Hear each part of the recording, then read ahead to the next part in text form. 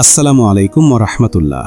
প্রিয় তাকদির ইসলামিক টিভির শ্রোতা ও বন্ধুরা, আশা করি আপনারা সকলেই ভালো আছেন।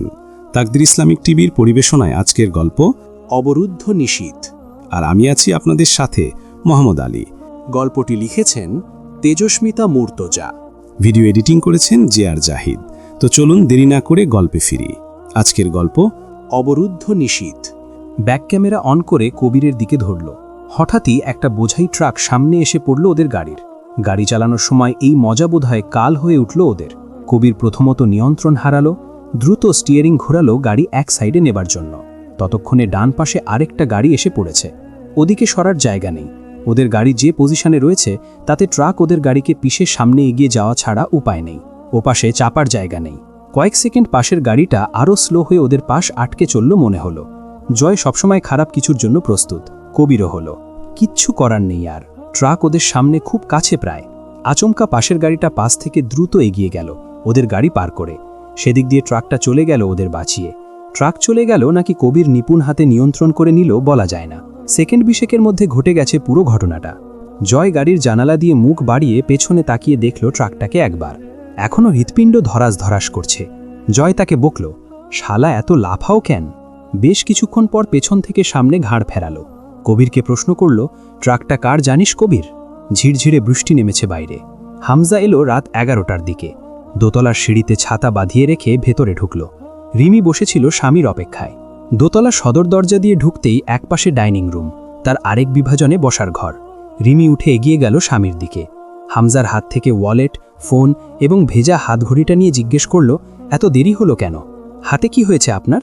ভিজেছেন কেন? ছাতা ছিল না সাথে? সাদা পাঞ্জাবিতে কাদার ছিটে। হামজা সব কথা এড়িয়ে তা ঝাড়তে ঝাড়তে বলল, একটা গামছা দাও আগে। রিমি বুঝল কোনো কারণে মেজাজ থমকে আছে আপাতত লোকটার। বাকি সময় যে হই হই করে তাও নয়।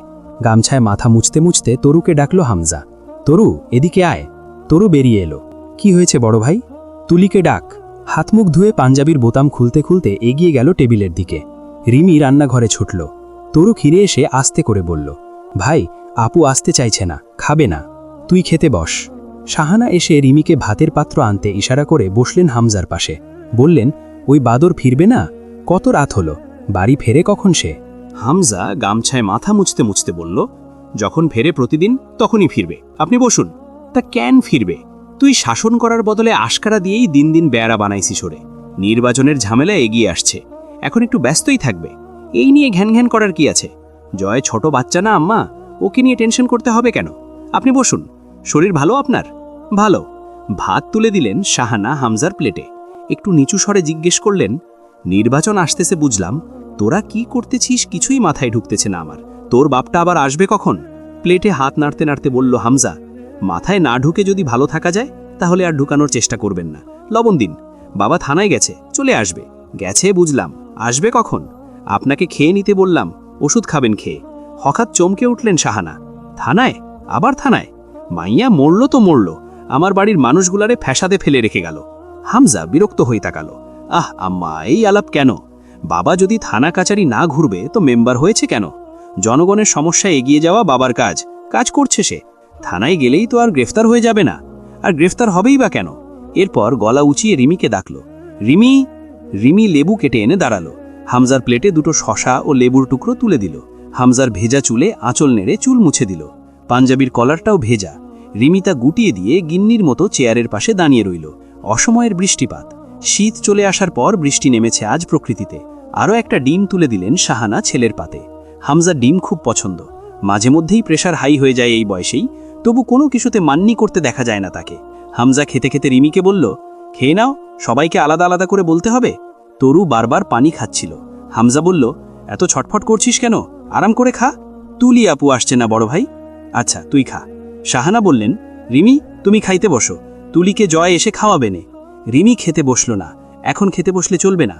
হামজা গোসল করবে, বিভিন্ন প্রয়োজনে দরকার হবে। বলল, আপনারা খেয়ে নিন, আপনার ওষুধ খেতে হবে। আমি আর তুলি আপু পরে খেয়ে নেব। জয় ভাইয়া আসুক, সকলে একসাথে খাবো। খাওয়া শেষ করে গোসলে ঢুকলো হামজা। রিমি লুঙ্গি নিয়ে দাঁড়িয়েছিল বাথরুমের আধখোলা দরজার বাইরে। হামজা লুঙ্গি পরে এসে বসল বিছানায়। চুল থেকে পানি পড়ছে এখনো।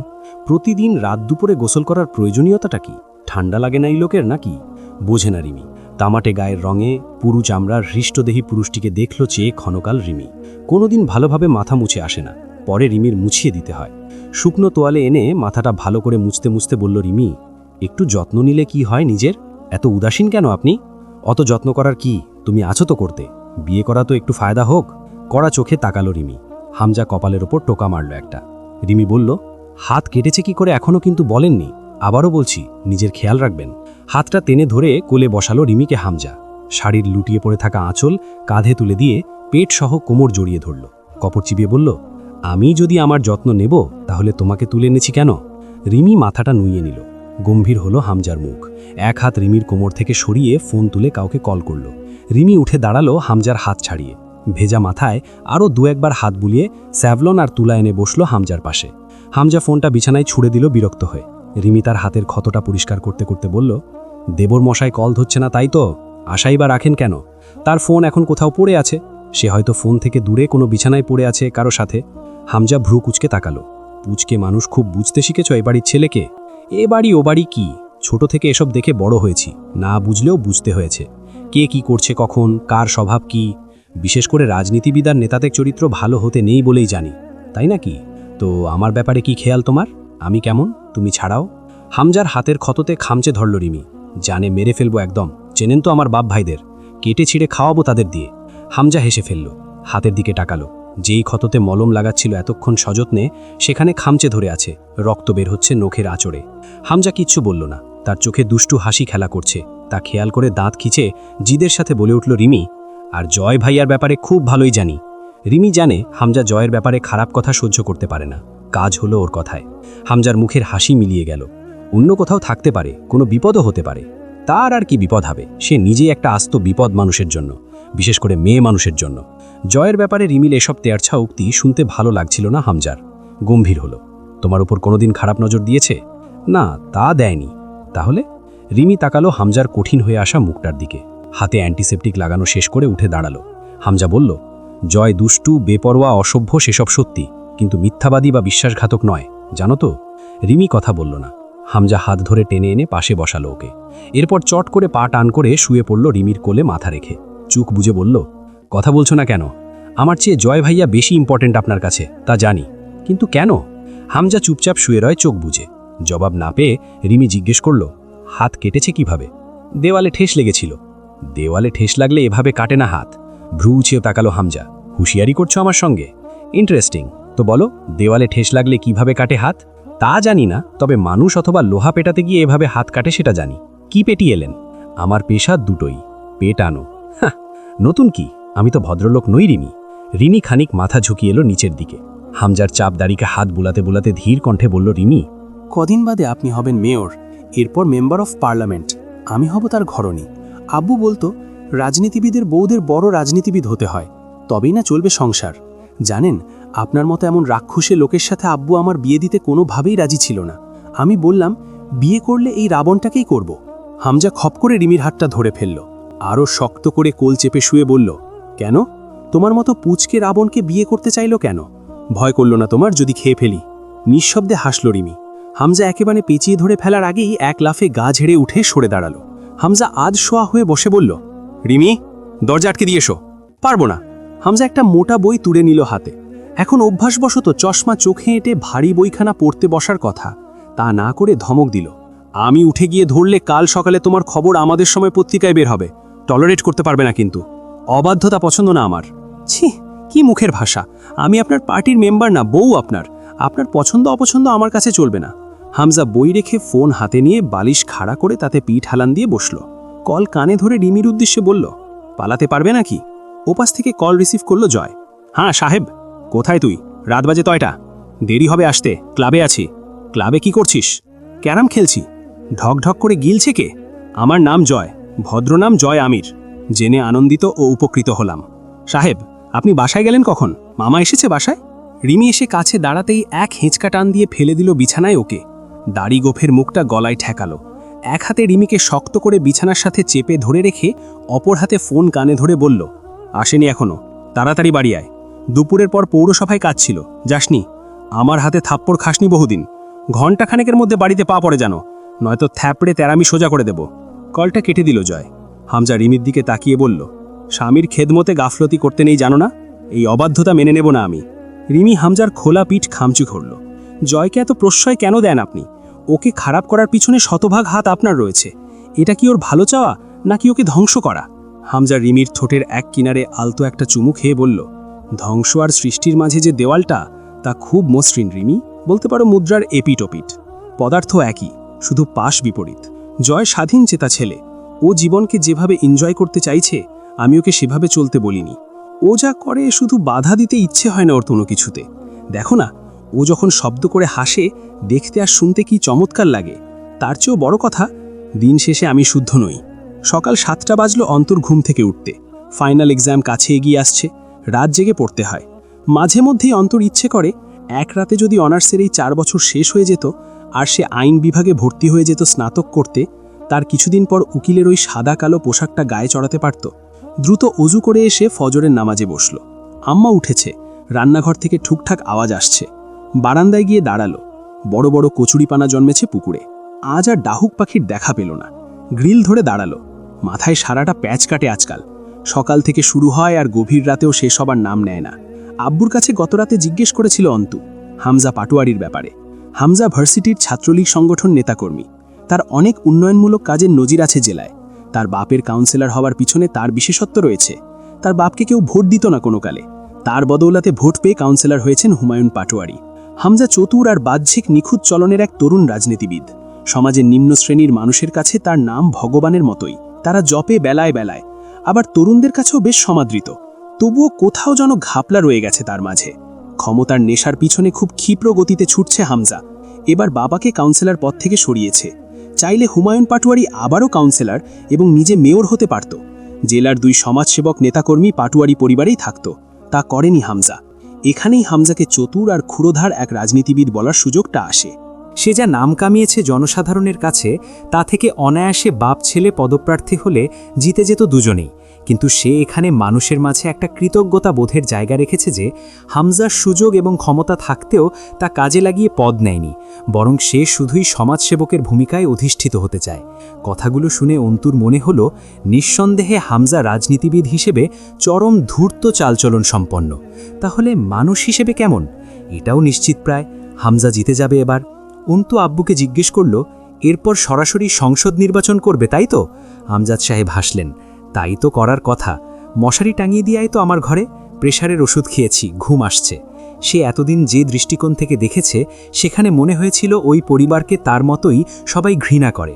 এখন মনে হচ্ছে শুধুমাত্র ভুক্তভোগী ছাড়া কেউ ওই পরিবারকে দোষারোপ অবধি করবে না। অর্থাৎ আখির পরিবার দ্বিধায় রয়েছে, সাথে সেও। সে ঝুলে আছে জয়ের পক্ষ থেকে আসা সম্ভাব্য অ্যাকশনের জন্য। আবার মনে হচ্ছে জয় কিছুই করবে না, করলে করত তো। হামজা বিয়ে করল মেয়র সাহেবের ছোট ভাইয়ের মেয়ে রিমি আহসানকে। মেয়রের ভাই ফারুক আহসানের সঙ্গে কিসের এক আলোচনা বৈঠকে গিয়ে প্রথম দেখেই রিমিকে পছন্দ হয়েছিল। তরুণ নেতাকর্মী হিসেবে ভালো নাম এবং প্রতিপত্তি তো কামিয়েছে হামজা এই বয়সেই। তার নাম খারাপ করার জন্য আছে একজন যাকে সে খুব যত্নে পালছে, জয় আমির, হামজার ফুপাতো ভাই। জয়ের বেপরোয়া কার্যক্রম সকলের কম বেশি জানা। কেন কিভাবে এটাও ভাবার বিষয়। তা যদি ছাত্রদের কাছে জিজ্ঞেস করা যায়, তারা সমস্বরে স্বীকার করবে তাদের নেতাকর্মীকে খুব পছন্দ তাদের। জয় ভালো লিডার তাদের। তার চঞ্চলতা এবং দুষ্টুমি ছাড়া আর কিছু একটা অবর্ণনীয় রয়েছে যেটা আকর্ষণীয়। দায়িত্বজ্ঞানহীন বলা চলে না। রাজনৈতিক কাজকর্মে যেমন 16 আনা, দুষ্টু কাজেও সে ব্যাপক পারদর্শী। সামনেই পৌরসভা নির্বাচন আসছে। বাপের বদলে হামজা নির্বাচনে অংশ নেবে, এই রব মুখে মুখে উঠে গেছে। সরাসরি ছাত্রনেতা থেকে সংসদ নির্বাচনের বিষয়ে বিভিন্ন জনরব ছড়িয়েছিল তার নামে। চতুর হামজা এত তাড়াতাড়ি এত দূর ওড়ার মতো বোকামি করবে না। সংসদ নির্বাচনকে হাতে রেখে আপাতত সে এবারের মেয়র পদপ্রার্থী। অন্তুর রাজনৈতিক বিষয়াদিতে আগ্রহ ও বিদ্বেষ দুটোই সমান রয়েছে। সাথে রয়েছে সমাজ নিয়ে ভাবনা চিন্তা। নিজের নামের সামনে যে কোনো মূল্যে অ্যাডভোকেট যুক্ত করার প্রয়াসে দৌড়ে চলেছে সে। তার জন্য তার সমাজ, রাষ্ট্র, অপরাধ, কূটনীতি, রাজনীতি, সুনীতি, দুর্নীতি সব জানা চাই, সব। কাউন্সিলর সাহেব চাঁদনিকে বলেছিলেন টাকা নেবেন। সেদিন রাতেই সেই টাকা কেউ বা কারা এসে লুটে নিয়ে গেল। এর মধ্যে কাউন্সিলর এবং তার ছেলে হামজার হাত থাকাটা অসম্ভব নয়। তবে কেউ যদি নিজের আবাস ছেড়ে উঠতে না চায়, টাকা দিয়ে বিকৃত বাসভূমি ফেরত নিতে চায়, তাহলে তার বিনিময়ে এত জঘন্য প্রতিদান কোনো সুস্থ মানুষ দেবে না। হুমকি দিতে পারত, তুলে নিয়ে গিয়ে আটকে রেখে শর্ত দিতে পারত, অথচ অমানসিক বর্বরতা একটা মেয়ের সাথে। আসলে ঘটনা কি? গেট দিয়ে সরাসরি ঢুকে সমাজবিজ্ঞান বিভাগটা পড়ে একপাশে একটু ভেতরে। গাছপালায় ছেয়ে আছে বিল্ডিংয়ের আশেপাশের চত্বরটা। কেউ একজন পেছনে এসে খুব কাছে দাঁড়িয়ে তার নাম ধরে এমনভাবে ডাকল যেন বহু দূর থেকে গলা উঁচিয়ে ডাকছে। ম্যান পারফিউমের কড়া গন্ধটা। চমকে উঠে ছিটকে দূরে সরিয়ে দাঁড়ালো অন্তু। আরমিন! ডাকটা শুনতে এমন লাগছে যেন বহুকালের পরিচিত এবং ডেকে অভ্যস্ত জয়। অন্তু নির্বাক চোখে চেয়ে দেখল। খুব কাছে এসে দাঁড়ালো জয়। কুত্তা দেখে ভয় পাও দেখছি সিস্টার। ছাহ, আমি কাহিনী ঠিক বুঝলাম না। একদিন কুকুরকে সিনিয়রের সংজ্ঞা শেখাও, আরেকদিন ভয়ে কুকড়ে যাও, ব্যাপার কি? অন্তু জবাব দিল না। জয় ঘাড় বাঁকা করে দেখল অন্তুকে, যেন ওর মুখে খুব মনোযোগ দিয়ে কিছু খুঁজছে। জবাব দিচ্ছ না কেন? ইচ্ছে করছে না। জয় বুকের ডান পাশে হাত চাপল। ঠুকছ ডিয়ার, উফ, পেন। কবির কানে কানে বলল, ভাই, হৃৎপিণ্ড বামে থাকে, আমারটা বিশাল বড় হায় শালা, ডান বামে ছড়ায় ছিটায় একাকার, চুপ থাক। কবির কপাল ঠুকল। অন্তুর মুখের ওপর নজর আটকে হেসে ফেলল চট করে জয়। জানো, আমি সিংহ বা বাঘ নই, খপ করে থাবা দিয়ে শিকার ধরি না, কারণ আমি বাহাদুর না। তোমার ভাষ্যমতে কুকুর আমি। কুকুরের অনেকগুলো স্পেসিফিক স্বভাব থাকে, তার মধ্যে একটা হলো ছ্যাঁচড়ামি। আমি কুকুরের সেই স্বভাবের অনুসারী। কৌশলে, ধীরে সুস্থে, নির্লজ্জতার সাথে ধরব তোমায়, তুমি ঝরঝর করে ঝরে পড়বে। বুঝতে পারিছ? অন্তুর বুকটা কাঁপল। জয়ের মুখের নির্বিকার ওই হাসি গায়ে কাটা দিচ্ছে। শান্ত স্বাভাবিক স্বরে বলছে কথাগুলো। লোকে জয়কে পাশ কাটাচ্ছে, সালাম ঠুকছে, কেউ হাত মেলাচ্ছে। আমার এলাকায় গেছিলে কেন সেদিন? যেখানে বাঘের ভয় সেখানে সন্ধ্যা হয়। এবারেও জবাব দিল না অন্তু। জয় অন্তুর দিকে ফিরল। কেন গেছিলে? অন্তু কথা বলল না। সুন্দর দৃষ্টি মেলে তাকালো জয়। সুন্দর করে বলল, ইচ্ছে করছে একটানে তোর নেকআপটা খুলে ছিঁড়ে ফেলি শালি। ধৈর্যের পরীক্ষা দিতে খুব কাঁচা আমি। কেন গেছিলি ওই দিকে? ধৈর্যতে মানল না জয়ের কথাটা। এত আত্মমর্যাদাহীন হওয়ার সাহস নেই অন্তুর। নিজের ধিক্কারে মরে যাবে সে। গেছিলাম, কি করবেন? ফাঁসি দেবেন? অথবা রেস্ট্রিকশন দেবেন আমি কি করতে পারবো না পারবো? কেমন করে যেন হেসে ফেলল জয়। ছি, তা দেব কেন? জিজ্ঞেস করছি কেন গিয়েছিলে? রেগে যাচ্ছ কেন? জয়ের হাসিতে গা শিউড়ে উঠল অন্তুর। ক্যাম্পাস ভর্তি লোক, বেইজ্জতমূলক কিছু না ঘটুক তা সামলাতে এতক্ষণ চুপ ছিল। এবার আর হলো না। অন্তু বলল, ঘুরে দেখতে গেছিলাম। ভিকটিমের বাড়ি? অন্তু হাসল। এবার সন্দেহ গাঢ় হচ্ছে আপনাদের ওপর। হতাশজনক শ্বাস ফেলল জয়। হাহ, ইনভেস্টিগেশনে নেমেছ তাহলে? তাতে তোমার প্রফিট কি? আর আমাকেই বা দোষী করতে চাইছো কোন সুখে? আচ্ছা বাদ দাও সেসব, বলো, সন্দেহ সত্য হলে কি করবে? কিছুই করার নেই? নিশ্চয়ই আছে, কিন্তু কি করার আছে? অন্তু দৃঢ় চোখে চেয়ে বলল, সৃষ্টিকর্তাকে ভয় করুন, তিনি ছেড়ে দেন না। জয় মাথার উপরে হাত তুলে আলস্য ভঙ্গিতে বলল, ধরেও তো না, আছে তো সৃষ্টিকর্তা না? অন্তুর মুখটা কুঁচকে এলো ঘৃণায়। তিনি ধরলে আর পালানোর পথ পাবেন না। জয় হাসল। আচ্ছা, সেরকম সৃষ্টিকর্তা টাইপের কিছু থাকলে তাকে বলো দ্রুত আমায় ধরতে। পুলিশই ধরুক অন্তত। বেশি দিন পুলিশের সাথে রেশারেশি না থাকলে নিজেকে খুব দুর্বল লাগে। তুমি প্লিজ কিছু একটা করো যাতে আমাকে পুলিশ ধরে। আর তুমি নিজের চেয়ে বেশি আমার চিন্তা করছো? প্রেমে পড়েছো আমার? অন্তু কিছুক্ষণ চুপচাপ চেয়ে রইল জয়ের চেহারার দিকে। গোল বা লম্বা আখ্যা দেয়া যায় না চেহারাকে। ফর্সা বা কালোও নয়, শ্যামলাও নয়, তামাটে ইট রঙা চেহারা। নাকটা সরু, হাসিটা অদ্ভুত, জড়ানো। পরনে সাদা ধবধবে লুঙ্গি, পায়ে চারার বেল্টওয়ালা স্যান্ডেল। তার বেল্ট আটকায় না কখনো জয়। গলায় চেন ঝুলছে, তাতে ইংরেজি জে লেটার লকেট হিসেবে রয়েছে। বাম হাতে আজ রিসলেটের বদলে একটা রূপালি বালা, ডান হাতে ঘড়ি পড়েছে। কি বিশ্রী, অদ্ভুত। চুলগুলো ফেঞ্চ কাট, সুবিন্যস্ত। অথচ জয়ের আজব মুগ্ধ হবার মতো চেহারা এবং গলনে অন্তুর ঘেন্না উতলে এলো। বলল, কি করবেন আপনি আমার? কি করেছি আমি? কিসের নোংরা খেলায় মত্ত হবার পরিকল্পনা নিয়ে বসে আছেন? হেসে ফেলল জয়। ভয় পাচ্ছ আরমিন? জি পাচ্ছি। কেন? ভয় পাওয়া উচিত। আপনার মতো নোংরা মানসিকতার মানুষের কাছে একটা মেয়ে ভয় না পেলে চলবে কেন? জয় শান্ত স্বরে বলল, তুমি এসেছো আমায় খুলতে। আমি গেছিলাম না আমার রং দেখাতে তোমার কাছে। সেদিন আমার দেয়া সিগারেট তুমি পায়ে পিষে চলে গেলে। যাক, ধরো নির্বাচনের ঝামেলায় সেটা না হয় ভুলে যেতাম। তুমি কাল গেছিলে ওই বাড়িতে কেন? আমার বিরুদ্ধে প্রমাণ জোগাড় করতে। শিক্ষিত মানুষ মূর্খের মতো অযৌক্তিক কথা বলবেন না, বেমানান লাগে। খারাপ লেগেছিল পরিবারটার জন্য, দেখতে গেছিলাম মাত্র। এই জন্যই কয়, মাগি মাইনসের নাই 12 হাত কাপড়ের কাছা, বোঝে না বাল, ছিটতে যায় ডাবগাছের ছাল। অন্তু অস্বস্তিতে একটু চেঁচিয়ে উঠল। রহস্য করবেন না, সোজা করে বলুন কাহিনী কি? জয় আশেপাশে তাকিয়ে বলল, গলার আওয়াজ যেন উঁচু না হয় খেয়াল রেখো। পা দিয়ে মাটিতে থাবা দিয়ে ইশারা করল, এই মাঠে গোবর দিয়ে দেব একদম। আরমিন, তুমি বলো, তুমি কি চাও? আমার বিপরীতে খেলতে পারবে তুমি? রাতে সবাই শুয়ে পড়লে অন্তু পড়ার টেবিলে বসল। পড়ায় মনোযোগ পাচ্ছিল না, নানান চিন্তা। দরজায় ধাক্কা পড়ল। ধাক্কাটা কার বুঝল অন্তু। দীর্ঘশ্বাস ফেলে দরজা খুলল। মার্জিয়া ভিতরে এসে অন্তুকে জিজ্ঞেস করল, তোমার পড়ালেখার কি খবর তোমার? ভালোই, বসুন আপনি। বসল মার্জিয়া। খুব আন্তরিক স্বরে বলল, শোনো, আমিও তো তোমার বোনের মতোই। তুমি আমায় যতটা পর ভাবো, আমি কি আসলেই অতটা খারাপ? জি না, অতটা খারাপ না। তার মানে একটু খারাপ? একটু হাসল মার্জিয়া। অন্তু বিছানায় ছড়িয়ে ছিটিয়ে থাকা বইপত্র তুলে নিয়ে গিয়ে টেবিলে সাজাতে সাজাতে বলল, কি বলতে এসেছেন? এমনি আসতে পারি না? অবশ্যই পারেন, তবে এমনি আসেননি। তোমার তো অনার্স সেকেন্ড ইয়ার শেষের দিক। তোমার প্রতি একটা দায়িত্ব আছে তো নাকি? আছে তো। তোমাকে এসে আমার ছোট বোনের মতো পেয়েছি, সেই হিসাবে তোমার ভবিষ্যৎ নিয়ে ভাবার অধিকার আছে না? জি আছে। তুমি নিজে এখন তো একটু ভাবতে পারো। জি ভাবছি আমি বিয়ে শাদির কথা। মনের মতো পেলে বিয়ে করে নেব। আপনি এত টেনশন করবেন না ভাবি। মার্জিয়া এক পলকের ব্যবধানে চেতে উঠল। তোমার মনের মতন ছেলে ফ্যাক্টরিতে অর্ডার দিয়ে বানিয়ে আনি কি বলো? তোমার মনের মতো কোনো ছেলেও আছে এই আল্লাহর দুনিয়ায়? অন্তু একটাও কথা বলল না, বই গোছাতে থাকলো। কিরকম চাও তুমি? যে তোমার এসব কটকটে শব্দ কথা মেনে বিলায়ের মতন তোমার পিছ চলবে, এই রকম চাও তো তুমি? তোমার মতন মেয়েকে কোনোদিন কেউ বিয়ে করে নিয়ে বাড়ি তুলবে না। ছেলে মানুষ কি গোলাম? কামাই রোজগার করে খাওয়াবে, আবার তোমার আলগা ভাব দেখবে? ভাব দেখে বাঁচি না আমি তোমার। অন্তু স্বাভাবিক স্বরে বিনয়ের সাথে বলল, মরেও তো আর যাচ্ছেন না, তাই না? আপনি আপনার ঘরে থাকেন, আমি আমার ঘরে। এমন নয় সবসময় আমার ভাব আপনার চোখের সামনে আসলেও চেষ্টা করবেন চোখ বুজে অথবা দৃষ্টি ঘুরিয়ে রাখতে। দেখবেন আর আমার ভাব আপনার চোখে পড়ছে না। আর এমন তো মোটেই নয় যে আপনার অথবা আপনার স্বামীর কামাই খাচ্ছি এ বাড়িতে। তাহলে আপনার আসলে ব্যথাটা কোথায়? নাক শিউরে উঠল মার্জিয়ার। সর্বোচ্চ রাগটা মার্জিয়ার ওঠেই অন্তুর সুবিন্যস্ত ভঙ্গিমায় শান্তস্বরে বলা দায়সারা কথাগুলোতে। রি করে উঠল সে। মরিনি এই নিয়ে আফসোস তোমার? আবার ব্যথা? জি না, আফসোস নেই, ভুল বুঝছেন আপনি। কথার প্রেক্ষিতে বলেছি, শান্ত হন।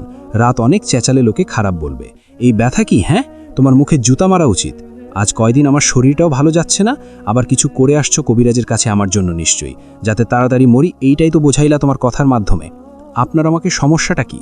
দাঁত খিচিয়ে উঠল মার্জিয়া। তোমাকে নিয়ে সমস্যা যে কোথায় সেটা তো আমি নিজেও বুঝি না। আসলে তোমার ভাব আমার সহ্য হয় না অন্তু, ওইটাই আমার সমস্যা। তোমার কথাবার্তা সহ্য হয় না আমার। বাড়ির যে অবস্থা, তার ভেতরে জান দিয়ে পড়ালেখা করা, এইটাও সহ্য হয় না। অন্তু ঘাড় নাড়ল, সে বুঝেছে। শোনো, কাল আমার চাচাতো ভাইয়ের বাড়ির লোক আসতেছে তোমায় দেখতে। যদি কোনো উল্টাপাল্টা করো আর আমি বাপের বাড়ি চলে যাই, তোমার ভাই যে তোমাদের শান্তি রাখবে না তা জেনে রাখো। ভাই আমাদের কিছু বলবে না ভাবি, আপনাকে গিয়ে নিয়ে আসবে ও বাড়ি থেকে। দিনকাল ক্রমাগত খারাপের দিকে যাচ্ছে, চারদিক সংকটময় সংকীর্ণ হয়ে উঠছে। ভাবির আচরণ দিন দিন রহস্যময় আর আরও উগ্র হয়ে উঠছে। আমজাদ সাহেব খুব গম্ভীর আর শীতল মানুষ।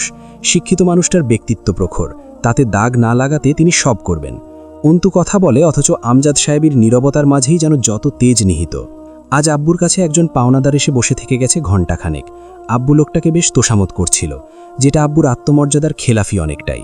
লোকটার মুখে সন্তুষ্টি নেই, অথচ আব্বু ক্রমাগত চেষ্টা করছিল লোকটাকে একটু খুশি করার, দুটো দিন সময় চেয়ে নেবার। ভালো লাগেনি অন্তুর। আখির কথা মাথায় এলো আবার। এভাবেই সময় চেয়েছিল নিশ্চয়ই আখির পরিবার। আচ্ছা, আখির এই বিভৎস অবস্থার পেছনে এছাড়াও কি আরও কিছু আছে? ঘর থেকে বেরিয়ে এলো। তার পাগল পাগল লাগে আজকাল। না, এভাবে এটুকুতেই হয়রান হলে তার নামের পাশে অ্যাডভোকেট উপাধি মানাবে না আগামীকালে। তাকে সব কিছুতে স্বাভাবিক থাকার ক্ষমতা অর্জন করতে হবে। তা চেষ্টা করছে তাই। আখির ডেড বডির কথা মাথায় আসলেই ভেতরে ভেঙে চুরে আসে। মাথায় ভয়াবহ চাপ পড়ে, প্যানিক এসে জড়ো হয়। আতঙ্কগ্রস্ত হয়ে পড়ে ভেতরের নারী সত্তাটা। মানসিক ভারসাম্য হারানোর জোগাড় হয়, তবুও শান্ত রেখেছে নিজেকে। এই দুনিয়ায় ভঙ্গুর হওয়া যাবে না, একটুও না। অন্তুদের বাড়ির দুপাশে পুকুর, কচুরি পানা ভরা। পুকুরটা মেজো চাচা আফজাল আর ছোট চাচা আফতাবের। মেজো চাচা কুড়িগ্রাম অন্তুর দাদার আসল পৈতৃক বাড়িতে থাকেন, আর ছোট চাচা চাকরির সুবাদে ঢাকাতে। আসরের নামাজ আদায় করে বারান্দায় এসে বসাটা ওর অভ্যাস। প্রতিদিন এ সময় কচুরিপানার স্তূপের ওপর ডাহুক পাখিরা হাঁটাহাঁটি, দেখতে ভালো লাগে। কিন্তু আজ দেখা যাচ্ছে না।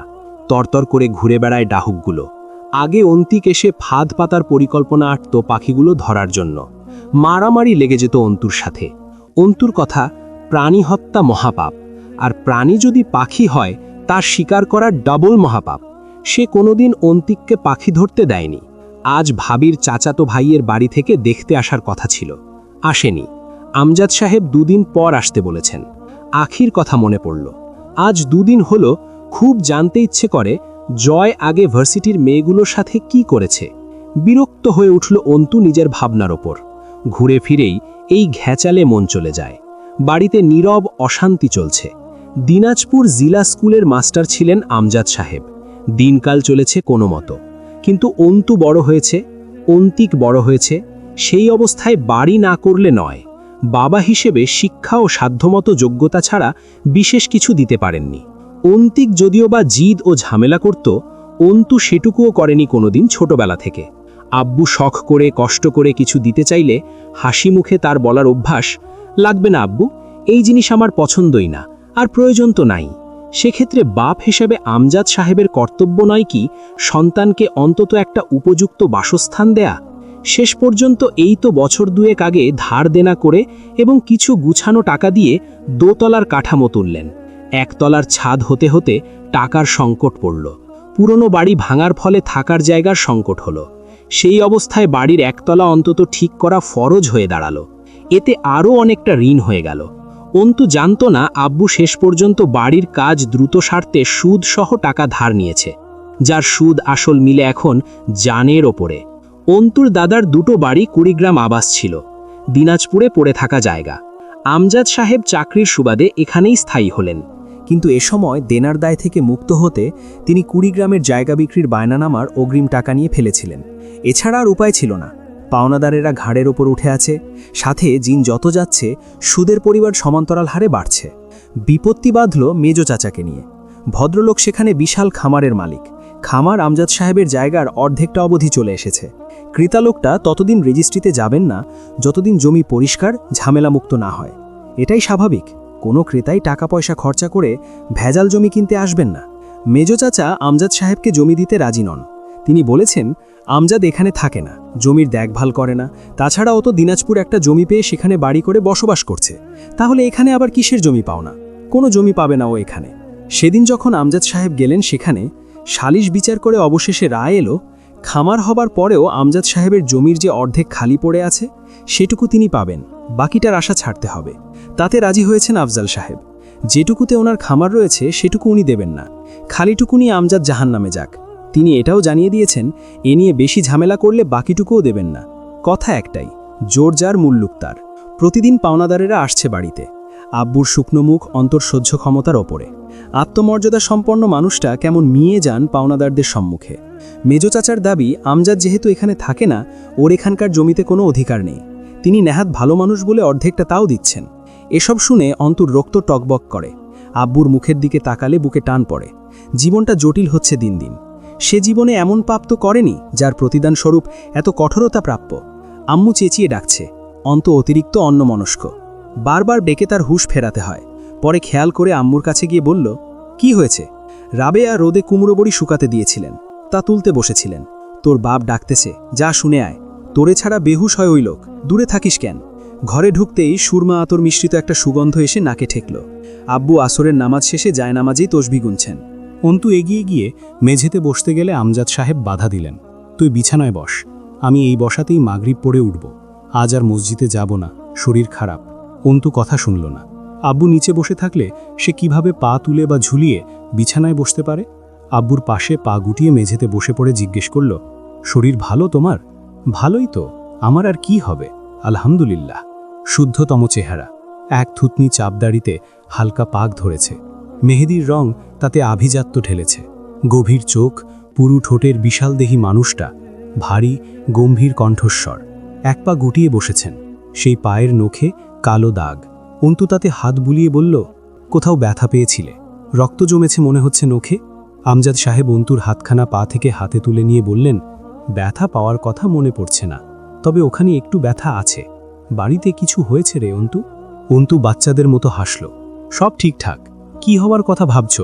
প্রেশার হাই হলে সুখ লাগে তোমার? আমজাদ সাহেব গম্ভীর স্বরে বললেন, তুই আমার মা না, আমি তোর বাপ। হুঁশিয়ারি করছিস আমার সঙ্গে? অন্তু হেসে ফেলল আরও খানিকটা। করতেই পারি, তুমি ওল্ড জেনারেশনের লোক, তোমাকে ঘোল খাওয়ানো কোনো ব্যাপার নাকি আমার কাছে? আমজাদ সাহেব বললেন, বিয়ে শাদি করবি না তাই বলে? অসহায় মুখে তাকালো অন্তু। আব্বু, কাকে বিয়ে করব? ভাবির আনা ছেলেকে, নাকি আম্মার কাছে আসা ভটকের পাত্রদের মাঝে কোনো পুঁজিবাদী বর্বরকে? আমজাদ সাহেব কিছু বললেন না। অন্তু আনমনে বলল, আব্বু, সামনের দিনগুলো খুব খারাপ যাবে, তাই না? আমজাদ সাহেব চোখ মেলে তাকালেন। তোকে বলেছি, কোনো কিছুকে পাত্তা দেয়া যাবে না। জীবন একটা চক্র রে অন্তু, সোজা ভাষায় বললে বৃত্ত। কোনো এক বিন্দু থেকে একই রেখা বরাবর যতটা আগে এগোবি, রেখাতে চক্রাকারে ঘুরে সেই প্রথম বিন্দুটা ঠিক তত নিকটে আসতে থাকবে। ঠিক যেমন রাত যত গভীর হয়, সকাল তত নিকটে আসে। কষ্টের যত গভীরে ঢুকবি, সুখ ঠিক ততটুকু কাছে আসবে। সুখের ক্ষেত্রেও তাই। সুখের মাঝে যতটা মজে যাওয়ার সুযোগ পাওয়া যাবে, দুঃখকে ঠিক ততটা কাছে কল্পনা করে প্রস্তুত থাকতে হবে। কিছুই চিরস্থায়ী নয়। অন্তু অভিভূতের মতো চেয়ে রয় আব্বুর দিকে। 50ঊর্ধ্ব মানুষটা অন্তুকে প্রতিক্ষণে মুগ্ধ করতে তৎপর। চোখের শীতল অভিজাত চাহনি, মুখের শুদ্ধতম গাম্ভীর্য। অন্তু শুধায়, আব্বু, সুখ কি আব্বু? আমজাদ সাহেব বলেন, সুখ কেবল এক কল্পিত তত্ত্ব। দুঃখের সাপেক্ষে আপেক্ষিক বৈপরীত্যের কল্পিত তত্ত্বকে সুখ বলে। অর্থাৎ শতভাগ দুঃখের মাঝ থেকে যতটুকু দুঃখ বিয়োগ হবে, ওই বিয়োগ ফলটাই সুখ। আর কেউ দুনিয়ায় শতভাগ দুঃখী নয়। অন্তু জিজ্ঞেস করে, আবু, মেজো কাকার সাথে ঝামেলায় না জড়িয়ে আম্মার দত্তরির জমিটা বিক্রি করে পাওনাদারদের দিতে পারতে না? জানানি কি হবে ওখানে? কাকা ভালো মানুষ না। উনি যে কোনো রকমের বিশ্রী তামাশা করতে দুবার ভাববেন না। প্রতিদিন পাওনাদারের এই ঘোরাঘুরি আমার চোখে লাগছে খুব। আমজাদ সাহেব স্মিত হাসলেন। আমার লাগছে না? অন্তু সপ্রতিভ স্বরে বলল, আমি জানি আমার চেয়ে বেশি লাগছে, আর সেটাই পীড়া দিচ্ছে আমাকে। তুমি কেন সহ্য করছো এসব? আম্মুর দপ্তরের জমিটা। আমজাদ সাহেব ডেকে উঠলেন, অন্তু, অন্তু, তোর মাকে যেদিন বিয়ে করে আমার ঘরে নিয়ে এসেছিলাম, সেদিন প্রতিশ্রুতিবদ্ধ হয়েছিলাম, তোর মায়ের বাকি জীবনের সমস্ত ভার আমি বইব। তার খাবার, কাপড়, থাকার জায়গা, চিকিৎসা সবের দায়িত্ব আমার, তাই না? তাহলে সেই দায়িত্ব পালন করতে গিয়ে যদি ঋণ করি, সেই ঋণের পরিশোধের দায় কার? তার বাপের বাড়ি থেকে সে কি পেয়েছে না পায়নি, সেটা দেখার আমি কে? কতটুকু যুক্তিযুক্ত তা? যতদিন বেঁচে আছি অন্তত ততদিন তো না। এমনকি মরার পরেও তার একটা ব্যবস্থা করে যাওয়া আমার কর্তব্য। তা পারবো কিনা জানা নেই। তাহলে তার ভরণপোষণে খরচা করা টাকার ঋণ তার বাপের কাছে পাওয়া জমির পয়সায় কি করে পরিশোধ করি? এমনিতেই তাকে জীবনে ভালো তো রাখতে পারিনি আমি। এমন কিছু রেখেও যেতে পারবো না যা দিয়ে আমার অবর্তমানে তার খুব চলবে। তখন ঠিক ওই জায়গা বিক্রি করেই চলতে হবে হয়তো তাকে। এটা আমার কর্তব্যে খেলাপি না? মরার পরেও কর্তব্যের হেরফের হবে, বেঁচে থাকতেও যদি তাই করি? আমজাদ সাহেব একটু থেমে আবার বললেন, আমি তোর মায়ের কাছে এমনিতেও ঋণী। খুব ভারী ঋণের। আমার ছেলের ওপর সেই শখ আমি রাখতে পারি না যে সে তার মা আর তোকে দেখবে। অন্তু হাসল। ছেলের ওপর ন্যায্য ভরসা রাখাকে শখ বলছেন এই মানুষটা। মানুষটা ব্যাপক অদ্ভুত আত্মসম্মানী। তিনি আবার বললেন, আগামী দিন বিচার আছে। আশা রাখা যায় ভালো কিছুই হবে। গ্রামের মাতবররা আবার সালিশ ডেকেছে। জমি পেয়ে যাব, বিক্রি হয়ে যাবে, পাওনাদার আর আসবে না, তুই চিন্তা করিস না। আর কথা বাড়ায় না অন্তু। রাবেয়ার ভাগ্য নাকি কোনো নেকির ফল? মূর্খ, সরল, সহজ নারীটা তার আব্বুকে কোন কপালে পেয়ে গিয়েছিল? কি করলে এমন কাউকে এই শেষ বেলায় এমন শক্তিমান ছায়ার মতো পাওয়া যায়? হুট করে অন্তর ভেতরে অদম্য এক শখ অথবা আকাঙ্ক্ষা জাগল। তার জীবনে এমন কেউ কি আসতে পারে না? ভাবি জিজ্ঞেস করে, তোমার কেমন সঙ্গী চাই? ভাবি বা আম্মা বোঝে না। তার একজন এমন কর্তব্যপরায়ণ পুরুষ চাই যে একরাশ প্রশান্তি এবং এক বুক আত্মমর্যাদার চাদরে মোড়ানো, এক মুঠো নিঃস্ব সুখ হবে। সম্পদ ছাড়া তার কাছে সব থাকবে। একটু অবাক হলো নিজের ভাবনায়। সম্পদ ছাড়া? উত্তর এলো হ্যাঁ। সম্পদ ছাড়া যে পুরুষেরা কর্তব্যপরায়ণ তারা স্বর্গীয়। এই তো আব্বু। সংকটেও যে এমন সব কাব্যিক কর্তব্যের বর্ণনা দেয় নিজের অর্ধাঙ্গিনীকে নিয়ে মেয়ের কাছে। মাগরিবের আজান হলো। রাবেয়া কাজবাজ সেরে ঘরে ঢুকলেন। আমজাদ সাহেব জায়নামাজের উপর উঠে দাঁড়িয়ে হাত বেঁধেছেন। রাবেয়া এসে পাশে দাঁড়ালো। অন্তু এই সুখময় সুযোগ ছাড়তে চাইল না। আব্বুর বাথরুমে অজু করে এলো। আজ সেই দুই অদ্ভুত সঙ্গীদের মাঝে দাঁড়িয়ে মালিকের সামনে মাথা নোয়াবে। সে দেখল আম্মু আব্বুর তুলনায় বেশ খাটো। লম্বা, চওড়া, অভিজাত 90 দশকের নায়কেদের মতো আব্বুর পাশে আম্মুকে কি বেমানান লাগছে? আবার হাসল অন্তু। উহু, এই দুজনকে বেমানান লাগতে পারে না। এরা রবের সৃষ্ট জুটিদের মাঝে একজোড়া। দুজনে পাশাপাশি দাঁড়িয়েছে রবের সম্মুখে ঝুঁকতে। কাঁধে কাঁধ মেলেনি উচ্চতায়, অথচ মনের মিল অসীম। অন্ত সব ভুলে বুক ফুলিয়ে একটা ফুরফুরে শ্বাস ফেলে আব্বুর পাশে গিয়ে দাঁড়ায়। আব্বু নীরবে তার জন্য নিজের ডান পাশটায় জায়গা রেখে নামাজে দাঁড়িয়েছে। অপর পাশে রাবেয়া বেগম। ইলেকশন এগিয়ে আসছে, প্রতীক বেরোবে দিন দুয়েকের মাঝে। গতকাল সম্মেলন অনুষ্ঠিত হয়ে গেছে, ব্যস্ত সময় কাটছে হামজার। জয়ের দৌড়াদৌড়ি বেড়েছে। সকাল 10টা, বাড়ির মেয়েরা রান্না শেষ করল, পুরুষগুলো জাগেনি তখনও। শাহানা বললেন, এই যাও তো রিমি, দেখো তোমার শ্বশুর উঠল নাকি। রিমি দুটো নোংরা প্লেট সিঙ্কে রেখে বলল, শ্বশুর আব্বা এমনিতেও এখন উঠবে না আম্মা, আমি ওনাকে ডেকে আসি। সকাল সকাল ডাকতে বলেছিল, 10টা বেজে গেছে। রিমি বের হবার সময় তরু ঢুকল রান্নাঘরে। শাহানা তরুকে জিজ্ঞেস করলেন, জয় উঠেছে? তরু মাথা নেড়ে না জানিয়ে ভাতের গামলাটা নিয়ে ডাইনিং টেবিলের দিকে গেল। রিমি রুমে ঢুকে জানালার পর্দা ঠেলে কাঁচ সরিয়ে দিল। হামজা উপুর হয়ে শুয়েছিল, মুখ কুচকে নড়ে চড়ে উঠল। কি করছো রিমি, পর্দা টেনে দাও। ঘুম জড়ানো পুরুষের কণ্ঠস্বর এতটা মোহনীয় হয় তা কি জানে এরা? নিজের মনেই আওড়ালো রিমি। তার চেয়ে বয়সের পার্থক্য একটু বেশিই লোকটার, অথচ রিমির লোকটাকে একটুও ভয় করে না, সংকোচ হয় না, খারাপ লাগে না। দাড়িগোফ বেড়েছে লোকটার, নিজের যত্নে গাফলতি করছে ব্যস্ততায়। 3/4 প্যান্ট পরনে শুয়ে থাকা এই লোককে তার পার্টির ছেলেরা এভাবে দেখলে কি নেতা মানবে? ছোট যুবকের মতো লাগছে। নেতাবাবু, আপনার ইলেকশন তো ফুরিয়ে গেল, উঠুন জলদি, আমার আর মেয়রের বউ হওয়া হলো না। চোখ খুলে তাকালো হামজা, চোখের কোণে লালচে হয়ে আছে। তুমি খুব ক্ষমতালোভী বউ, আমার লোভ নেই তোমার, আছে আমার নেতাগিরির, আর এর ফলে আমার হাতে তোমার গর্দান যেতে পারে যে কোনো সময়। রিমি বসল হামজার উরুর ওপর, অহংকারী ভঙ্গিতে গলা জড়িয়ে ধরল হামজার। এরপর কানের কাছে মুখ নিয়ে আস্তে করে বলল, ঠিক ধরেছেন, ক্ষমতাহীন পুরুষ আমার কাছে মৃত খরগোশের সমান। বাপ ভাইদের দাপট করে বেড়াতে দেখে বড় হয়েছি আমি। পৌরসভার সাবেক মেয়রের ভাইয়ের মেয়ে আমি, আব্বু উপজেলা চেয়ারম্যান, তাদের এক কথায় জেলা কাঁপতে দেখেছি। বউ হয়ে এলাম যার ঘরে, তার কথায় যদি এরিয়া না কাঁপে, ভেতরটা সন্তুষ্ট হবে কি দিয়ে? যখন এসেছি আপনার হয়ে, তখন আপনি কেবল ছিলেন ছাত্রলীগের নেতাকর্মী। ধীরে ধীরে আপনার উন্নতি দেখব, সাথে আমারও পদবীর। এই আশাই তো প্রতিটা বেলা গুনছি, নয়তো সেদিন আপনিই কেন, কারণ সম্ভাবনা আছে আপনার মাঝে। আব্বুর বয়স যাচ্ছে, চাচা রিটায়ার নিয়েছে নিজে থেকেই। কার ক্ষমতায় বুক ফোলাবো আমি? আপনার, নেতাবাবু। তোমাকে সবসময় শাড়ি পরতে বলেছি না? রিমি উঠে দাঁড়িয়ে বিছানা থেকে হামজার টি-শার্ট কুড়িয়ে নিল। হামজা বলল, আমার একটা পাঞ্জাবি বের করে দাও, তাড়াতাড়ি বেরোতে হবে। জয় উঠেছে নাকি? জয় কোনো সময় ঘরের দরজা আটকে ঘুমায় না, রাতে তার টাল হয়ে পড়ে থাকার অভ্যেস আছে যেহেতু। ওই অবস্থায় কবির বা লিমন ওকে ধরে কোনো মতো রুমের সামনে পৌঁছে দিয়ে চলে যাবে। হামজার চোখে পড়া যাবে না।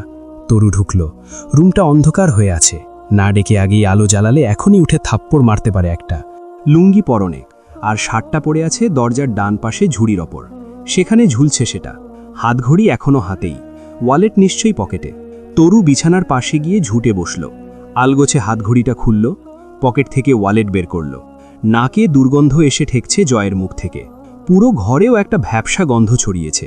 উঠে দাঁড়িয়ে বোতল খুঁজল, পেল বেডসাইড টেবিলের এক পাশে, বাঁকা হয়ে পড়ে আছে।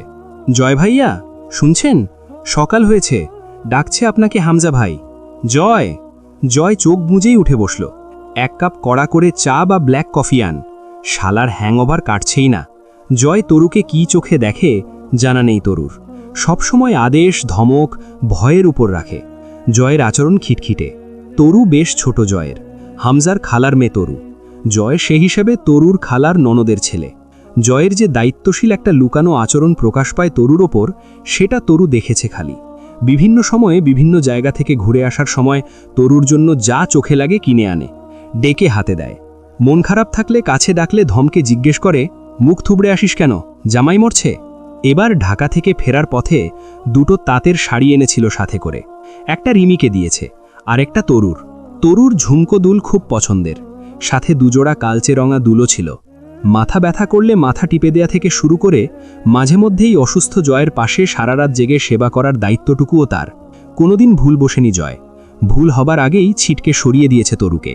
অসুখের ঘোরেই কখনো কখনো রুম ছেড়ে বেরিয়ে গিয়েছে হোটেলে নিজেকে শান্ত করতে। তরু জানে না নিজের শারীরিক চাহিদার খাতিরে জয় তাকে কাছে টানলে সে জয়কে ঠেলতে পারত কিনা। ভাবলেই একটা শিহরণ ছড়িয়ে যায় দেহ মনে। জয় ব্রাশে টুথপেস্ট লাগিয়ে ফোন টিপতে টিপতে তুলির রুমে ঢুকল। বালিশে হেলান দিয়ে পা টান করে বসে আছে তুলি। জয়কে দেখেও দেখল না। বিছানায় বসে কম্বলটা ফেলে দিল মেঝেতে। না ফেলেই দিব্যি বসা যেত। রাতে খেয়েছিস?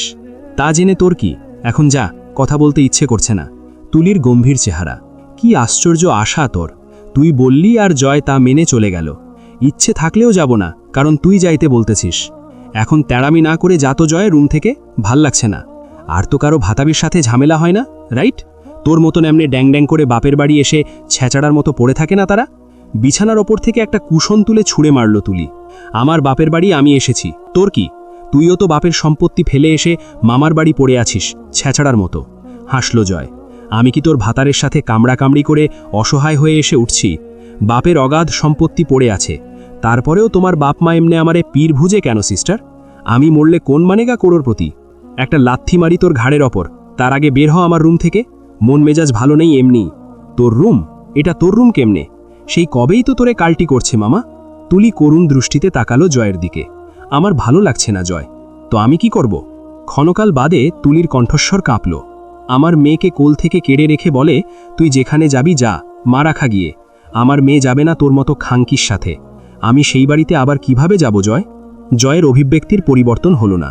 এদিক ওদিক তাকিয়ে জিজ্ঞেস করল, মামাকে বলেছিস? আব্বুকে কি বলবো? আরও চিন্তা করবে। সামনে ইলেকশন, এখন আমার ঝামেলা কি করে চাপাই তার উপর? সাহেব জানে? হামজা ভাই? অল্প জানে। কি চাইছিস তুই এখন? মাথা নিচু করল তুলি। আমি কি চাইব? আমার ছোট্ট মেয়েটাকে দেখি না কতদিন হলো, কিভাবে আছে কিচ্ছু জানি না। কান্নায় ভেঙে পড়ল তুলি। জয় বিরক্ত হয়ে ধমক উঠল, এই থামা, প্যান প্যান না করে কাহিনী কি? সকাল সকাল তোর ক্যাও ক্যাও শুনতে আসি নাই ঘুম কামাই করে। তুলি সুন্দরী, শরীরের বিভিন্ন স্থানে কালশিটে দাগ বোঝা যাচ্ছে। দেহের রং ফর্সা হওয়ার ফলে আরও বেশি বোঝা যাচ্ছে। ফর্সা মুখের ওপর চোখের নিচের কালি খুব চোখে বিঁধছে। জয় গম্ভীর হল। কি হয়েছে? কিছুক্ষণ সময় নিল তুলি। কাঁদছে না ও। জয় তার দুঃখ শুনে সমবেদনা জানাবে না, না সান্ত্বনা দেবে, নরম সুরে আদুরে কণ্ঠে বোঝাবে না। তবু সকল দুঃখ শোনার দাবিদার সে। বাসি পেটে ঘরের মধ্যে সিগারেট জ্বালিয়ে মন ভরে টানছে আর হাঁটু দোলাচ্ছে। তুলি অনেকক্ষণ চুপ থেকে বলল, যা এখান থেকে। সীমান্তর নম্বরটা দে। না, দরকার নেই, আমি কথা বলে নেব, তুই শান্ত হ, মিটিয়ে নেব আমি। আচ্ছা, আর কাঁদছি না। জয় জয় তাকালো তুলির দিকে। এখন ঠাঁটিয়ে দুটো চড় মারতে দ্বিধাবোধ করবে না জয়। সেই সভ্যতা বা আদব নেই ওর মাঝে, হোক বড় বা ছোট, হাত উঠে যায় খুব সহজে। তুলি নম্বর বলল। ফোনে তুলল নম্বরটা জয়। উঠে দাঁড়িয়ে বলল, খেতে আয়। আমার এখন খিদে পায়নি, পরে খেয়ে নেব, তুই খেয়ে বের হ। জয় বের হয়ে যেতে যেতে বলল, দ্বিতীয়বার আর কেউ ডাকতে আসবে না, আর না আমি রিপিট করব। ব্রাশ করে এসে যেন টেবিলে পাই তোকে। হামজা আর জয় বাড়ি থেকে বের হলো দুপুর 12টার দিকে। কবির গাড়ি নিয়ে দাঁড়িয়ে আছে মোড়ের ওপর। এই পথটুকু হেঁটে যেতে হবে। রাস্তার হাঁটার সময় এক মহিলা এগিয়ে এলো ওদের দিকে। দুজনে সালাম দিয়ে জিজ্ঞেস করল, কেমন আছেন চাচি? চাচি বললেন, ভালা আছি বাপ। তোমার আব্বাই যে কইছিল একটান বিধবা ভাতার কার্ড কইরা দিব, সকলে পাইছে, আমি খালি পাই নাই। জয়ের দিকে তাকালো হামজা। জয় রোদ চশমাটা খুলে বলল, আপনি কাল সকালে আসবেন আমাদের বাড়িতে। ওগুলো আমার কাছে দিয়েছে হামজা ভাই, আমি দিয়েছি সকলকে। কয়েকজনেরটা রয়ে গেছে, ওর মধ্যে আপনারটাও আছে। মহিলা সন্তুষ্ট মনে চলে গেলেন। এগোতে এগোতে ছোট দুটো ছেলে সালাম হাত কপালে ঠেকিয়ে সালাম ঠুকল দুজনকে। এলাকার ফার্মেসির দোকানদার হামজাকে ডেকে বলল, এই রাস্তায় তো আর হাঁটা যায় না বাজান, একটু বৃষ্টি হইলেই কাদা পানি প্যাক প্যাক করে। রাস্তার কাজ কবে ধরবা হামজা? হামজা হাসল, এই তো কাকা, এই নির্বাচনের ঝামেলাটা মিটলে আর কষ্ট করতে হবে না আপনাদের। রাস্তার কাজ এই রাস্তা দিয়েই শুরু করব ইনশাল্লাহ। এলাকার মানুষ আমার আগে। আর এমনিতেও শীত নামানোর বৃষ্টি এসব। শীত এসে গেছে অলরেডি, এখন আর বৃষ্টি বা কাদা হবে না কয়েক মাস। গাড়িতে উঠে বসল দুজন। হামজা সামনের সিটে উঠতে গেলে জয় এসে হানা দিল, তুমি পেছনে যাও, আমি এখানে বসব। হামজা বিরক্ত হয়ে বলল, আমাকে বিরক্ত করতে জন্মেছিস তুই এই জনমটা? তুই বড় হবি না এই জীবনে? চান্স নাই ব্রো, কথা না বলে পেছনে যাও তো। রোদে গা পুড়তেছে আমার। গাড়ি চলছে মেন রোড ঘেঁষে। হামজা জিজ্ঞেস করল, সেদিন তোদের গাড়ির কি হয়েছিল শুনলাম? জয় গম্ভীর হল, কার জানি চুলকানি উঠছে মনে হয় আমায় নিয়ে, একটু মলম লাগানো দরকার। তবে তার আগে হারামির বাচ্চাটার ঘা খুঁজে পাওয়া দরকার। হামজা গাড়ির কাঁচ টেনে দিয়ে বলল, বাবাকে আবার ডেকেছিল থানায়, এরপর থানায় ডাকা হলে তুই সঙ্গে যাবি। মাথা ঝাঁকালো জয়, অসম্ভব। ওই পুলিশ শালাদের এক একটা মশার কয়েল টাইপের প্রশ্নে আমার মাথা 550 ডিগ্রি সেন্টিগ্রেড গরম হয়। হাঙ্গামা হবে আমি গেলে। শুয়োরের বাচ্চা, মায়ের খাবি। বলি, সবসময় ঠান্ডা মাথায় নিয়ে চলবি। রাজনীতি একটা কৌশলগত চক্র, সেখানে তোর এই ওভার টেম্পার মাথার জন্য জীবনে তোর উন্নতি হবে না। সাথে আমি তো রোজ ডুবছি।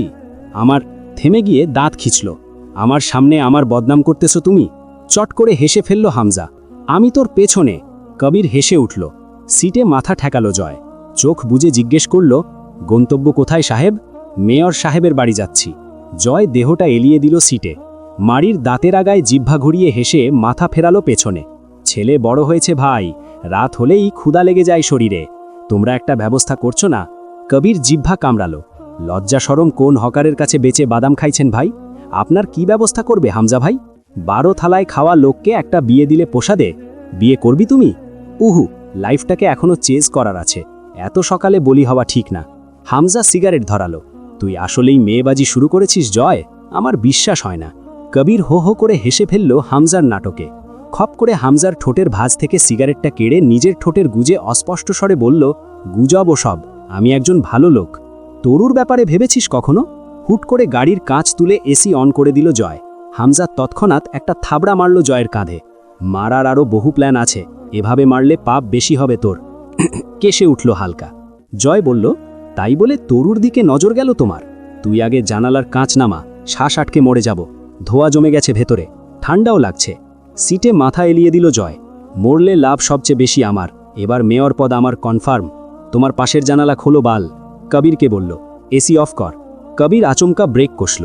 জয় নেমে দাঁড়ালো। লম্বা শরীরে সাদা লুঙ্গি জয়ের। হামজা নেমে শাল চাদরটা গায়ে পেঁচিয়ে গাড়ির সামনে গিয়ে দাঁড়ালো। সৈয়দ মুস্তাকিন মহান দাঁড়িয়ে আছে পকেটে হাত গুজে। শীত ভালোই পড়ে গেল হবু মেয়র সাহেব, কি বলেন? মুস্তাকিনের পাশে কয়েকজন আইন কর্মকর্তা দাঁড়িয়ে। হামজা হাসল।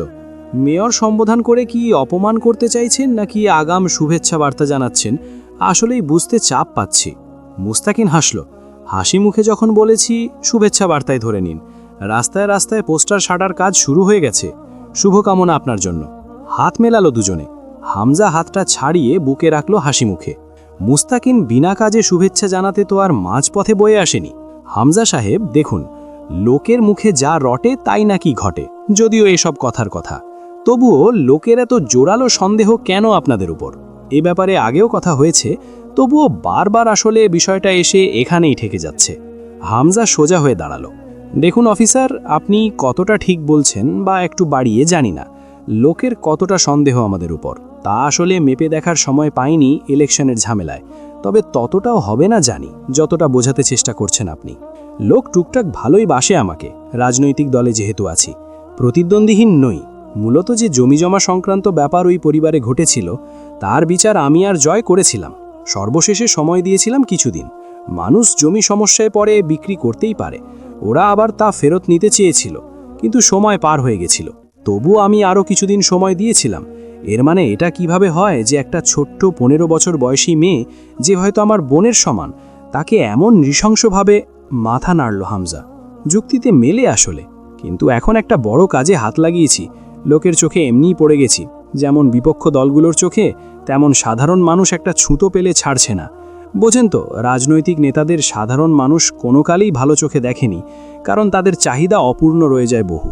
মুস্তাকিন রোদ চশমাটা চোখে আটল। দারুণ সুদর্শন একজন পুরুষের খেতাব পাওয়ার মতো সবই আছে তার মাঝে। হামজা কথার মাথপ্যাচে দারুণ দক্ষ এবং সুবিন্যস্ত কথার কৌশল। এত কম সময়ে এত জনপ্রিয়তা এবং পরিচিতি নিয়ে রাজনীতি দাপিয়ে বেড়াচ্ছে। মুস্তাকিন প্রশ্ন করল, আপনি বিপক্ষ দল বলতে কি বোঝাতে চাচ্ছেন সেই বিষয়টা ক্লিয়ার করুন।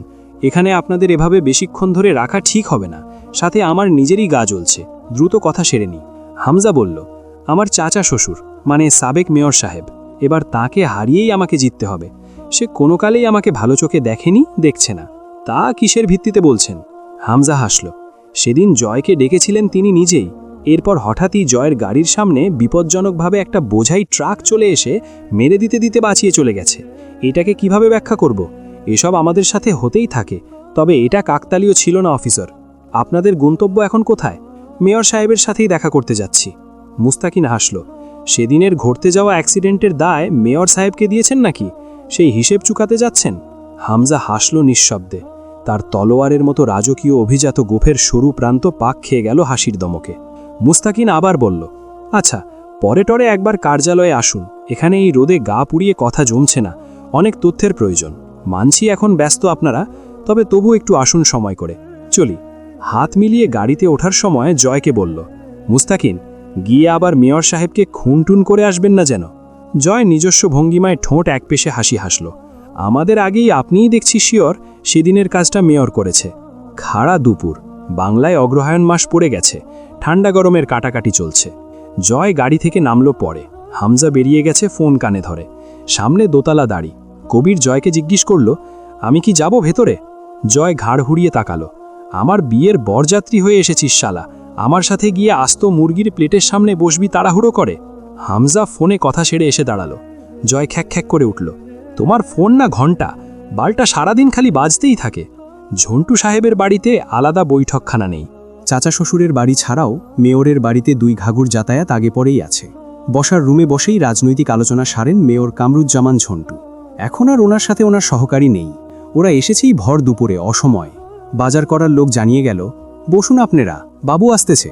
জয় বলল, যা পারে না তা মারাতে হবে কেন? ভদ্র বাংলার পেছন মারছে। হামজা শক্ত মুখে তাকিয়ে বলল, তোর খাপছাড়া মুখে লাগাম দে জয়, নয়তো একটা থাপ্পড় মারবো, বুতো দাঁত পড়ে যাবে সামনের পার্টি থেকে। ব্যাপার না, তবে তাতে তোমার 1000 খানেক ভোট কমবে এবার। তুই একাই 1000 ভোট মারবি? আমার বাচ্চারা মারবে। এখন আবার জিজ্ঞেস করো না এত ছোট বয়সে এতগুলো কেমনে জন্মাইছি। আসলে সবই ক্যাপাসিটির ব্যাপার। বড় ভাই আমি তোর। জয় অবাক হলো, আহ, জানতামই না। আগে বলেননি কেন সাহেব?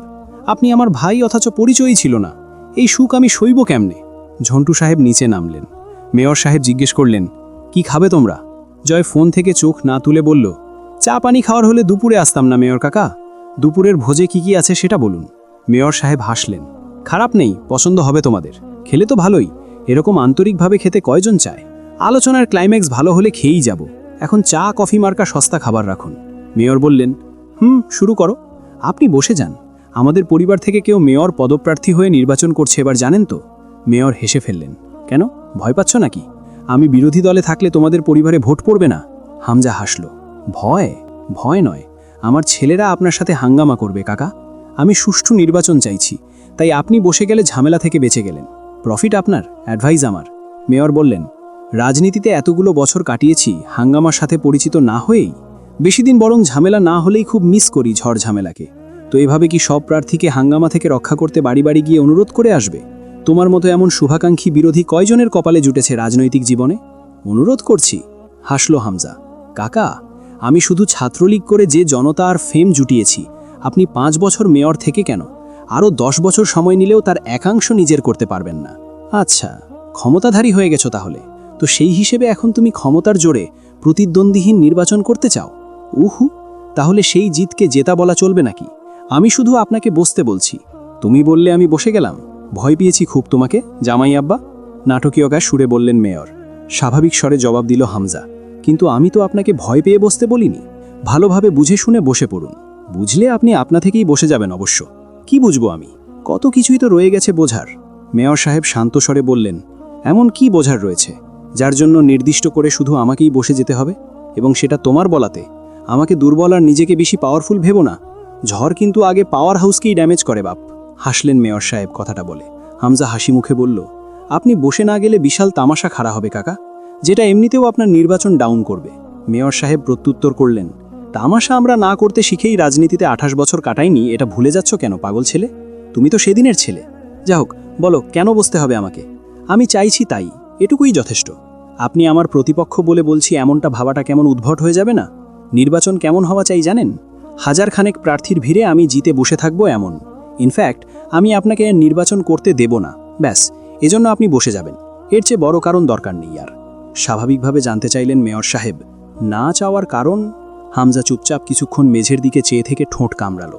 এরপর বলল, এই যেমন সেদিন আপনি জয়কে ডাকলেন কথা বলার জন্য, এরপর নিজেই আবার বোধাই করা ট্রাক পাঠালেন জয়ের গাড়ি পিছতে। এতে উদ্দেশ্যটা কি? আপনি ডেকে আপনিই কেন জয়কে মারবেন? এই প্রশ্ন উঠবে মার্ডারের পেছনে। আপনি সন্দেহের তালিকা থেকে মুক্ত হবেন, জয় টপকে যাবে। ছ্যা, 1000 বছর পুরনো টেকনিক। এজন্য আমি বলি রাজনীতি তরুণ জনতাদের জন্য। বয়স বাড়ার সাথে সাথে মানুষের এসব মারপেচের জগৎ থেকে অবসর নেওয়া উচিত। এরকম মূর্খ খেলায় মজতে আমি লজ্জা পেয়েছি জানেন।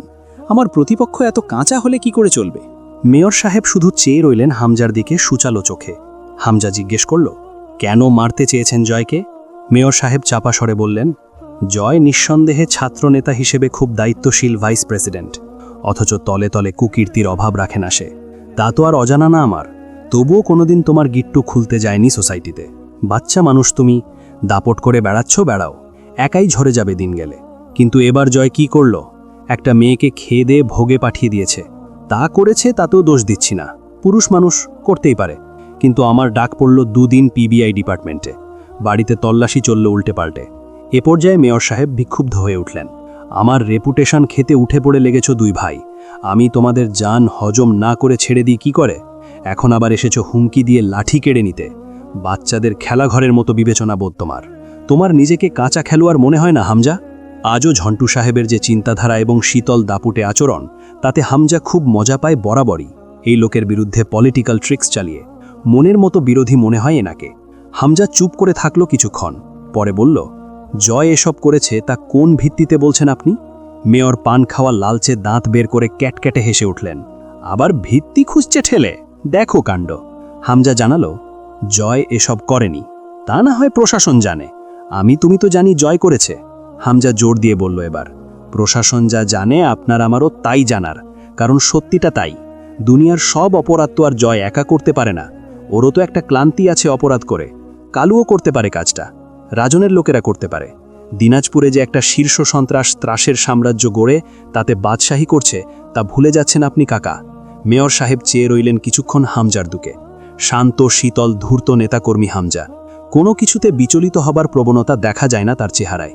মেয়র সাহেব বললেন, রাজও না করতে পারে, তুমিও করতে পারো, বেটা ছেলে মানুষ গলে কথা। তুমি ভিত্তি খুঁজছিলে না, ভিত্তি দেই তোমাকে। ধরো যে ঘটনাটা ঘটেছে মেয়েটার সাথে, তা তোমরা করেছো কোনো কারণে, আর এখন তার দায় আমার ওপর চাপিয়ে আমাকে বদনাম করে ডাউন করতে চাইছো। 2টো নিশানা, একটা তীর। হতে পারে নাকি এরকম? আমাকে বসিয়ে মেয়র হবে পাটোয়ারি পরিবারের কেউ, এটাই তো বলতে এসেছো? যখন দেখলে নির্বাচন খুব কাছে এসে গেছে, প্রতীক বের হয়ে গেছে, আমাকে জেলে পোড়া হলো না, তীর লাগলো না আমার গায়ে, তোমরা 3 বাপদেটাই জন্মের ফাঁসা ফেসে গেছো, আর বাড়ি চলে এসেছে বাড়ির ছেলে 2টো। কথা শেষ করে সোফায় গা এলিয়ে বসলেন ঝন্টু সাহেব। হামজার ডানে বায়ে ঘাড় ঘুরিয়ে গম্ভীর স্বরে বলল, বেশি বুঝছেন আপনি কাকা, জয় কিছুই করেনি। আমি যা কামিয়েছি এ লাইনে, এবার চাইলে সংসদ নির্বাচন করলে সংসদের একটা সিট আমার ঘাড়ে পড়ে যেত নির্ভেজালভাবে। তবে এত তাড়াতাড়ি লাফ দিয়ে কলা খাওয়ার নয় আমার। মোরোভার এবার নির্বাচন করছেন না আপনি, সোজা কথা। ধরে নিন এটা আপনার পাওনা শাস্তি অথবা আমার জোর। হতে পারে সেই জোরের জেরে শুধুই আমার ইচ্ছে।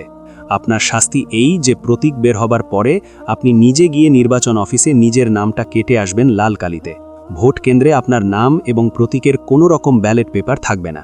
আপনি যা করেছেন তা তো ভারী পড়বেই আপনার উপর। তাও তুমি চিন্তা করো না বাপ, আমি ভার বয়ে নেব। জয় এতক্ষণে হেসে ফেলল।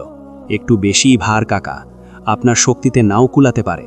এই বয়সে ঘাড় বেঁকে গেলে মুশকিল, মেরুদণ্ডের হাড় ভেঙে গুঁড়ো হওয়ার চান্সও আছে, তাই নাকি? জয় ফোনটা হাতের মধ্যেই ঘোরাতে ঘোরাতে বলল, আপনার ইট বালুন বিশাল ব্যবসা আছে না, কার নামে যেন চলে? আপনার বউ থুক্কু চাচির নামে নাকি মেয়ে?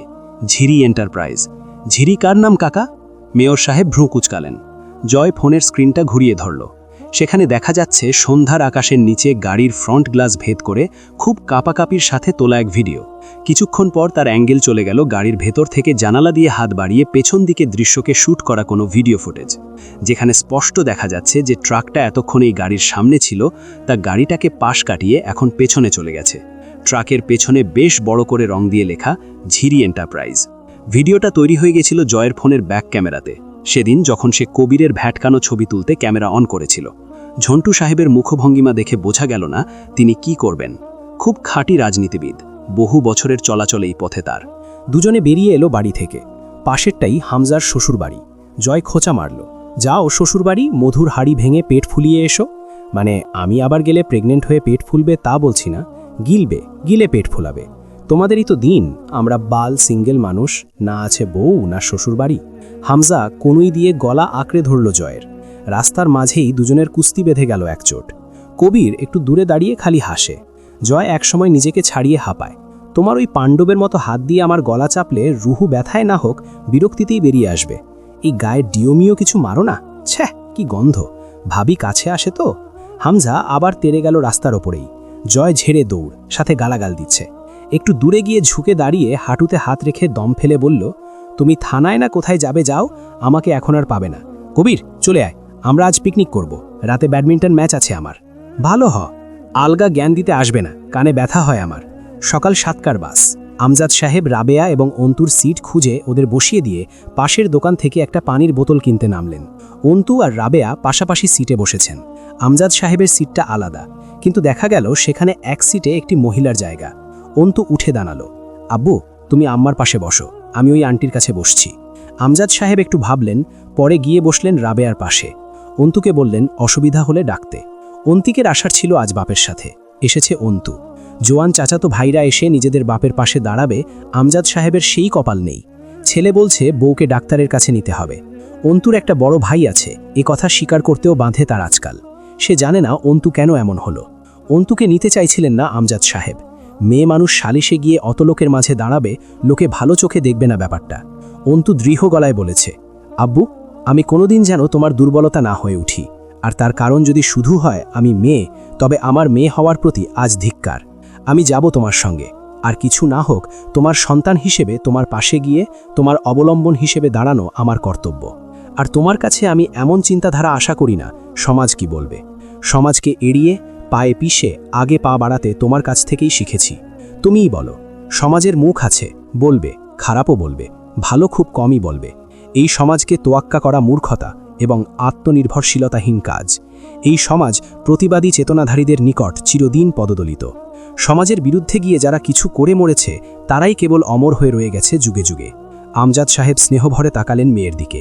বাসের সিটের সাথে মাথা এলিয়ে দিয়ে চোখ বুজে আছে। নেকাবের আড়ানে মুখটা দেখা যাচ্ছে না, অথচ চোখ দুটো বুজে থাকার পরেও হালকা কুঁচকে আছে। তিনি গম্ভীর স্বভাবের মানুষ, সামনে ভালোবাসা দেখাতে অক্ষম। তাই হয়তো অন্তু কোনোদিন বুঝতে পারবে না বাবার কলিজার এক টুকরো মাংসপিণ্ডের নাম অন্তু। কুড়িগ্রাম পৌঁছতে প্রায় বেলা খাড়া হলো। গ্রামের রাস্তাঘাট পেরিয়ে হেঁটে আসার সময় অন্তুর খুব ছোটবেলার কথা মনে পড়ছিল। আব্বুর হাত ধরে অন্তিকার সে আসতো দাদুর বাড়িতে। রাস্তায় হাঁটতে হাঁটতে আব্বুকে পাশ কাটিয়ে ওর চুলের ঝুঁটিতে টান মেরে আবার অপর পাশে হাঁটা শুরু করত। অন্তু চিৎকার করলে অন্তিক আব্বুকে বলতো, এই প্যাপুকে কোথা থেকে তুলে এনেছো আব্বু? খালি সারাদিন ম্যাঁ ম্যাঁ করে। কিছু হয়েছে ওর? কোনো সমস্যাই নেই, তবু এক এক করে উঠছে। যেখান থেকে এনেছিলে সেখানেই ফেলে দিয়ে আসবে। আমার এইসব প্যাপু লাগবে না, শুধু শুধু ভাগ বসাতে এসেছে। অন্তু আরও জোরে চেঁচাতে থাকলে অন্তিক হেসে লুটোলুতি খেত। রাস্তার মাঝেই সেসব দিন ফুরিয়েছে, কিন্তু ফোরানোটা কি খুব জরুরি ছিল? সম্পর্কে যখন এত মায়া, তবে সেই সম্পর্কের সমীকরণের মান ধ্রুব নয় কেন? জীবনের মোড়ে মোড়ে বদলে যায় কেন? আজ অন্তু একপাশে আব্বুর কাঁধে কাঁধ মিলিয়ে হাঁটছে, অপর পাশে অন্তিকের থাকার কথা ছিল, নেই। সেই রাস্তা আছে, আব্বু আছে, অন্তু আছে। অন্তিক কেন বদলেছে? অন্তর মেজ ফুপুর বাড়ি দাদাবাড়ির পাশে। এই ফুপুকে দাদাভাই নাকি বেশি ভালোবাসতেন, এজন্য নিজের ভাতিজার সঙ্গে বিয়ে দিয়ে কাছেই রেখেছিলেন। তার বাড়িতেই দুপুরে খাবার খেল 3 জন। বোনকে ডাকলেন আমজাদ সাহেব। মাজেদা, তোর কি মনে হয় ওই জায়গা আমার প্রাপ্য না? এটা আসলেই কোনো যুক্তি যে আমি এখানে থাকি না বলে জায়গা পাবো না? জায়গা পরিষ্কার না হলে ক্রেতা জায়গা কিনবে না। ঋণে ভরা আছি, লোকজন দুবেলা বাড়ি বয়ে আসছে। মেজ ভাই এত মূর্খ আর স্বার্থপর হলো কবে? মাজেদা দুঃখ প্রকাশ করলেন। ছিল নাইবা কবে, আমি আর কি কইতাম ভাই। আমার মেয়েরারে খোঁজার সাথে বিয়ে দিছে, পুকুরটায় মাছ চাষ করে খায়। আমার কোনো অধিকার নাই সেইখানে। আমি নিজে মূর্তিছি এই দুঃখে, তোরে আর কি কই। মেজ ভাইয়ের ধর্মই মান নাই। অন্তু শুনল, কিছু বলল না। তার মাথায় আব্বুর শুকনো অস্থির মুখখানা চক্রাকারে আবর্তন করছে। সালিশ বসল আছরের নামাজের পর। সেখানে আফজাল সাহেব পুঁথি তুলে আনলেন সেই মোঘল আমলের। কবে আমজাদ এখান থেকে চলে গিয়েছিল আর আসেনি। তার জমি চাষবাস করে সে ঠিকঠাক রেখেছেন। দিনাজপুরে জমি পেয়েছে, সেখানে থাকছে। আবার এখানে ভাগ নিতে আসবে কেন? অন্ত বেশিক্ষণ চুপ থাকতে পারল না। অন্ত রুখে দাঁড়ালো। মাতাব্বর মশাইকে বলল, চাচা যান, আমার দুটো কথা আছে। এখন এটা বলবেন না আমি ছোট মানুষ মেয়ে মানুষ। বড় এবং পুরুষ যখন সস্তা আলাপ জুড়েছে এখানে, তখন ছোট এবং মেয়ে লোককে তো দাঁড়াতেই হবে সঠিক কথা বলতে। এরপর আর কেউ অবশ্য কিছু বললেন না, অথচ বিরূপ দৃষ্টি আটকে রইল কিছু কিছু ভাইরাস টাইপের মানুষগুলোর। অন্ত চাচাকে বলল, আপনি খুব যুক্তিসঙ্গত কথা বলেছেন কাকা। আব্বু এখানে থাকে না, সুতরাং এখানকার জায়গা তার প্রাপ্য নয়। সেই সূত্রানুসারে আপনিও দিনাজপুর থাকেন না। ওখানে আপনার যে পুকুর হিসাবে জায়গা পড়ে আছে, ওটা আপনার পাওনা নয়। উত্তম বিচার। এক কাজ করুন, আগামীকাল কোর্টে চলুন। আপনার ওই জায়গা আব্বুর নামে এবং আব্বুর এই জায়গা আপনার নামে রেজিস্টার করার দুটো দলিলে দুজন সই করবেন, এবং তা স্বয়ং আমি তত্ত্বাবধায়ক হিসাবে করাবো। কোনো গরমিল হবে না, আমাকে বিশ্বাস করতে পারেন। তো ওই কথাই রইল কাকা, কাল কোর্টে আসুন। সকলে একদম থ মেরে গেল। খেপে উঠে দাঁড়ালেন আফজাল সাহেব। চড়াইয়া দাঁত ফালাইয়া দিমু বেয়াদ্দব মেয়ে লোক। তোর মতন কুলাঙ্গার মাইয়া জন্ম দিয়া আবার এই পাড়ায় জমি নিতে আইছে তোর বাপ? এক ঘরে করতো এই সমাজ, তোর মতো মাইয়ার এই পাড়ায়। অন্তু হেসে ফেলল। জি জি, কেন নয়, এই পাড়ার এই সুবিচারের ভয়েই তো এই পাড়ায় আসি না জীবনে। অতি উত্তম বিচার হয় এই এলাকাতে। আর এমন সুসমাজে আমার মতো মেয়ে থাকলে প্রতিক্ষণে তামাশা হবে। এজন্যই দূরে আছি, লেখাপড়া করছি, ভালোই চলছে। আজ আব্বুর বাপের ওয়ারিশ সূত্রে পাওনা জায়গা বিনা নোটিসে আপনার হয়ে গেছে। এত চমৎকার বিচার যে এলাকায় হয়, সে এলাকার পা রাখার যোগ্যতা আমার নেই। সেই যোগ্যতা অর্জন করতে অনেক নিচে নামতে হবে কাকা। অত নিচে আমি নামতে পারবো না। এই বিচার দেখতে আসবো এই পাড়ায়? সাহস আছে নাকি আমার? অন্তর মুখে নেকাবের আড়ালে শুধু গাঢ় চোখ দুটো স্পষ্ট দৃষ্টিগোচর হচ্ছে। সেই চোখে প্রতিবাদ, সেই চোখের তারায় তারায় সাম্যবাদ। আফজাল সাহেব অনেক রকমের বাহানা করলেন, এটা ওটা তুলে নিজের কীর্তন গাইতে লাগলেন। কিন্তু কাটিয়ে দিল অন্তু। এক বুড়ো মাতাব্বর গোষ্ঠীর লোক আমজাদ সাহেবকে বললেন, ও আমজাদ, মাইয়ারে উকিল বানাইলেও তো পারো গো। মাইয়া তো সুন্দর, ভালা কথা কইতে পারে দেখতেছি। মাইয়াডারে পড়াইও, বহুত দূর যাইব হে। আমজাদ সাহেব হাসলেন। দোয়া করবেন চাচা, সেই আশাই আছে। শেষ অবধি মুখে মুখে একটা ফয়সালা এলো।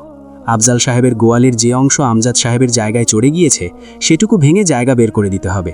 এবং যেহেতু গোয়াল ইট পাথরে গড়াও নয় ওই অংশ, সুতরাং যথাসম্ভব জলদি ভেঙে ঝামেলা মিটিয়ে দিতে হবে, যাতে আমজাদ সাহেব দ্রুত বিক্রি অথবা যা খুশি করতে পারেন। অন্ত সন্তুষ্ট হতে পারল না। মুখের এই কথা ঘুরে যেতে চোখের পলকও ঠিকমতো ফেলতে হবে না। কোনো ডকুমেন্ট, স্ট্যাম্প পেপার ছাড়া এই কথাগুলো কতটা সুষ্ঠুভাবে মানবে তার কাকা, সে ব্যাপারে যথেষ্ট সন্দেহ রয়ে গেল। প্রিয় দর্শক, আজকে এ পর্যন্তই। আরও এইরকম নিত্য নতুন গল্প বা উপন্যাস পেতে তাকদির ইসলামিক টিভি চ্যানেলটি সাবস্ক্রাইব করুন। আজকের পর্বটি কেমন লেগেছে তা অবশ্যই কমেন্ট করে জানাবেন। আবারও দেখা হবে পরের কোনো পর্বে। ততদিন ভালো থাকুন, সুস্থ থাকুন। আল্লাহ হাফেজ।